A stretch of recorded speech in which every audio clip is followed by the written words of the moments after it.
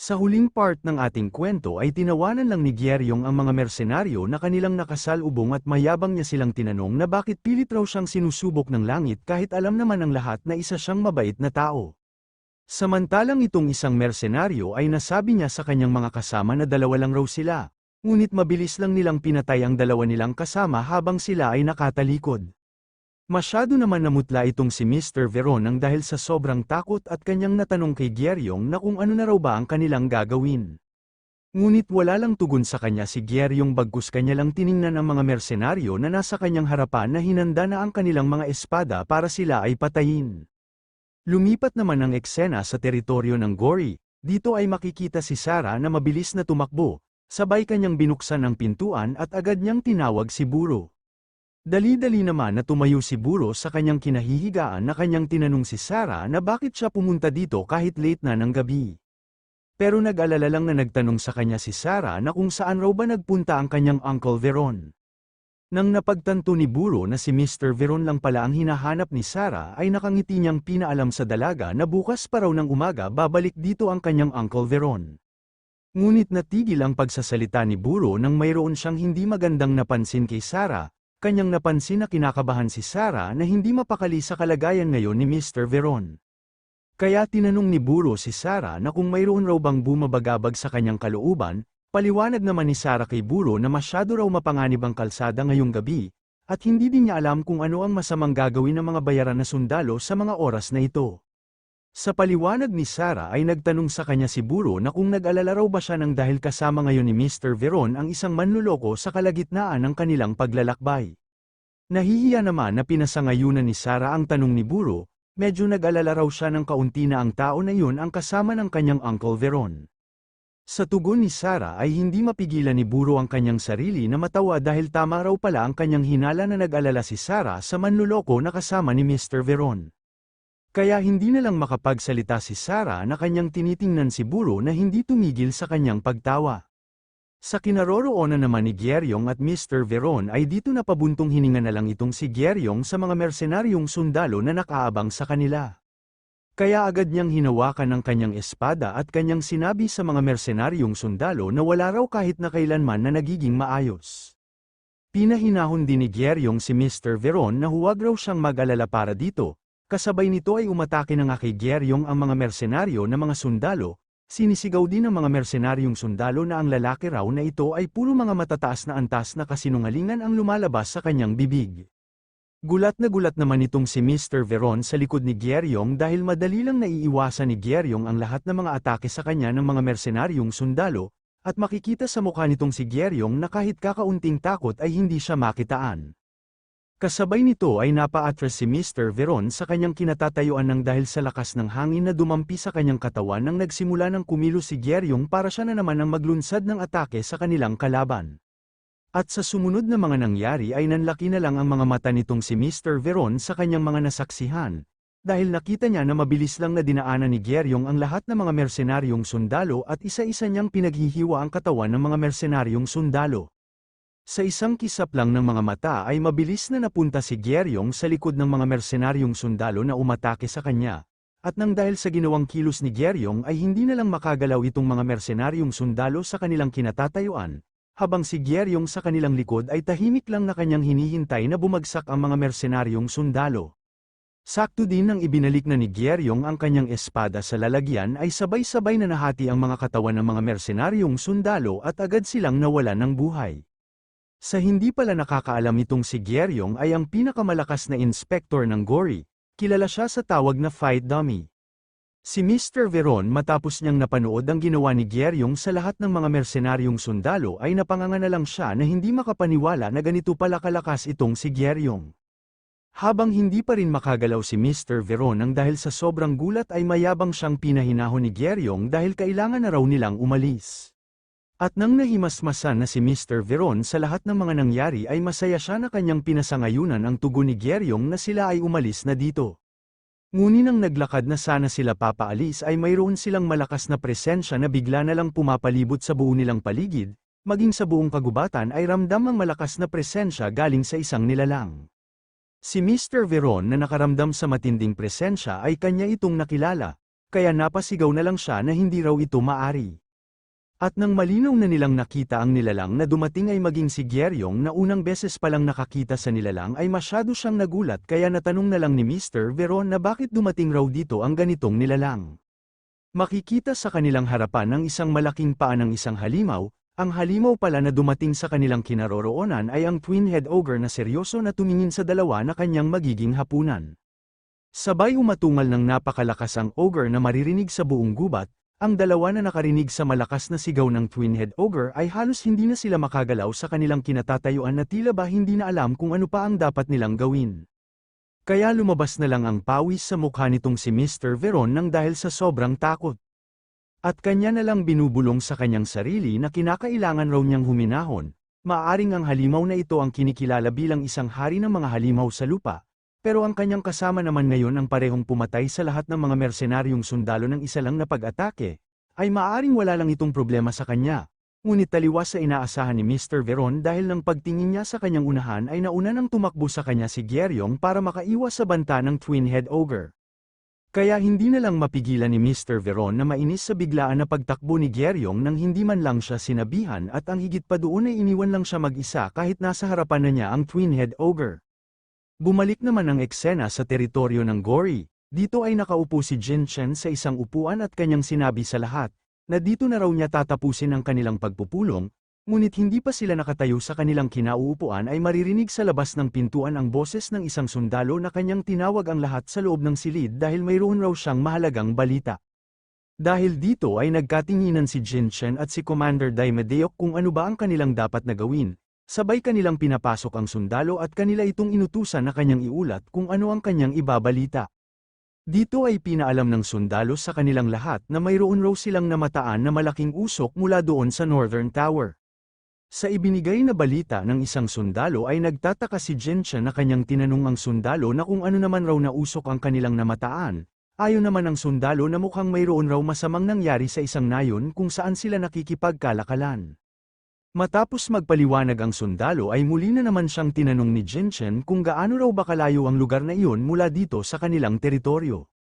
Paliwanag naman ng sundalo na aabutin raw sila ng kalahating araw kapag pumunta sila doon at nakasakay ng kabayo. Sa mga nalaman ni Jinchen ay malalim ang kanyang iniisip na kanyang sinabi sa lahat na hindi raw nila ito dapat na baliwalain.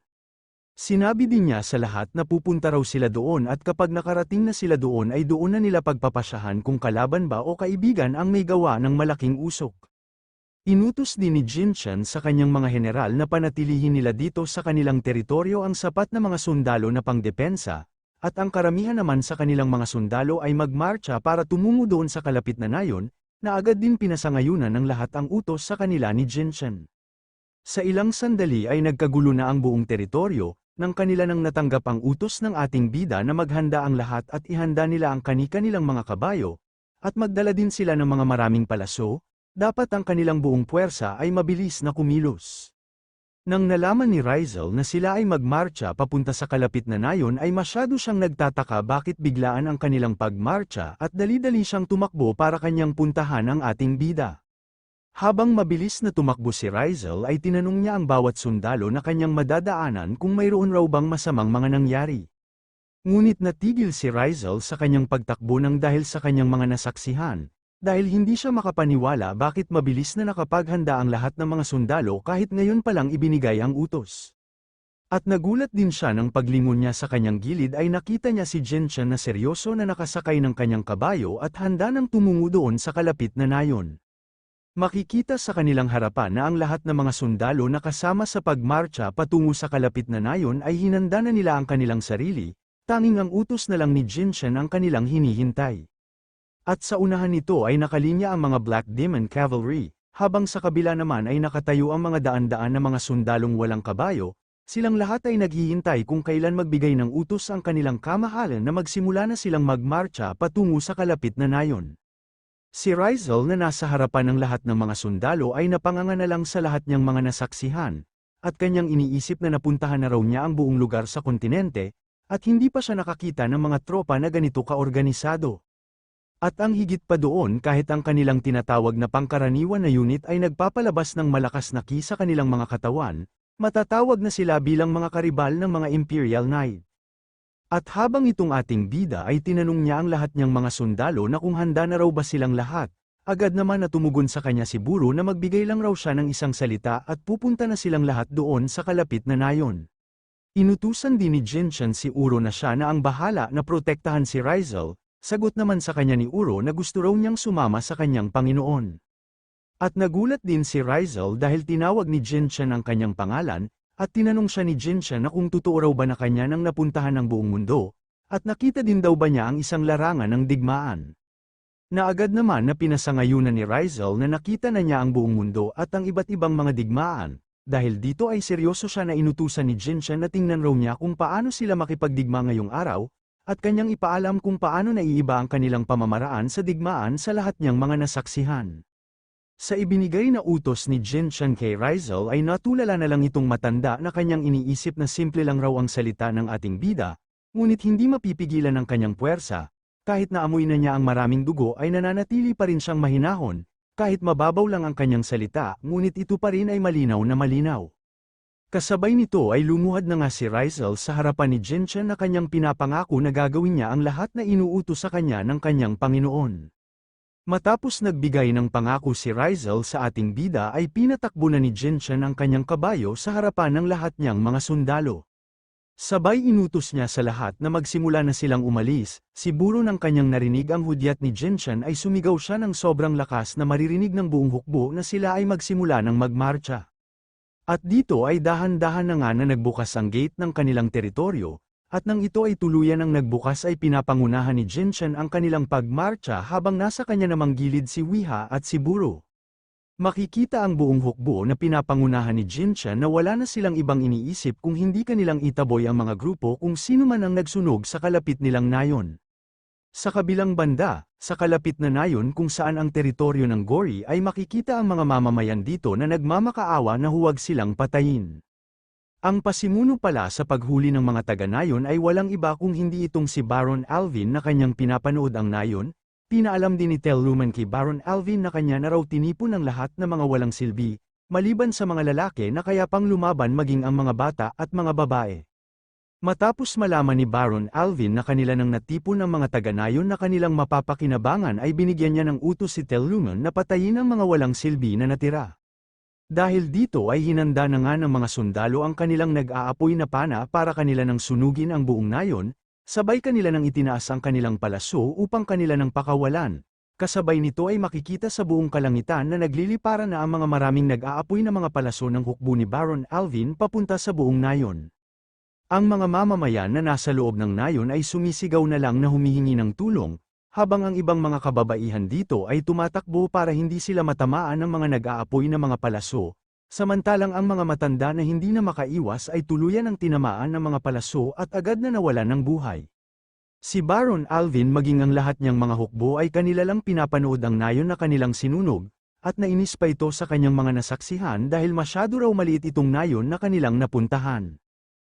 Sabi naman ni Telluman kay Baron Alvin na mayroon siyang nalaman galing sa kanilang mga bilanggo na sa kalapit daw dito ay mayroon pang mga mas malalaki na pamayanan. At pinaalam din ni Telluman kay Baron Alvin na mayroon siyang narinig na malaking tunog sa hindi lang kalayuan sa kanila. Marahil ito ang mga taga-ibang pamayanan na tumakas para hindi nila mahuli. Sa tugon ni Telluman ay seryoso siyang tinanong ni Baron Alvin na kung ano naman ang tunog na kanyang naririnig. Sabay tiningnan niya ang lahat niyang hukbo na mga mersenaryo dahil sa tingin niya ang lahat ng ito ay handa ng pumatay ng mga tao. Kaya hindi na lang mapigilan ni Baron Alvin na matawa dahil sa tingin niya ay masaya ang manghuli ng mga magsasaka sa lahat ng pamayanan. Matapos masunog at mamatay ang lahat ng mga tao na natira sa nayon ay nagmarcha na ang hukbo ni Baron Alvin para tumungo sa mga kalapit na mga nayon para doon naman sila manghuli ng mga maaari nilang magagamit para gawin na sundalo, at ang iba na walang silbi ay kanilang papatayin. Makikita sa buong lugar na halos masakop na ng hukbo ni Baron Alvin na pinagsama ng kanyang mga knight at mga bayaran na mga sundalo, at sa gilid nito ay nakapila ang maraming mga karwahe kung saan doon nila kinukulong ang mga taga-nayon na maaari pa nilang magagamit. Sa gitna naman ng kagubatan sa hindi lang kalayuan sa kinaroroonan ng hukbo ni Baron Alvin ay dito pinangunahan ni Genshin ang kanyang hukbo para puntahan ang nayon na sinunog ni Baron Alvin. Makikita ang dalawang pinuno ng mga hukbo na mayroong kanya-kanyang mga layunin kung bakit nila pinakilos ang buo nilang puwersa sa pagkakataon na ito. Pero hanggang dito lang muna ang ating video, please like and subscribe kapag nagustuhan ninyo ang ating kwento, malaking tulong na po sa ating munting channel ang inyong mga like, maraming salamat po.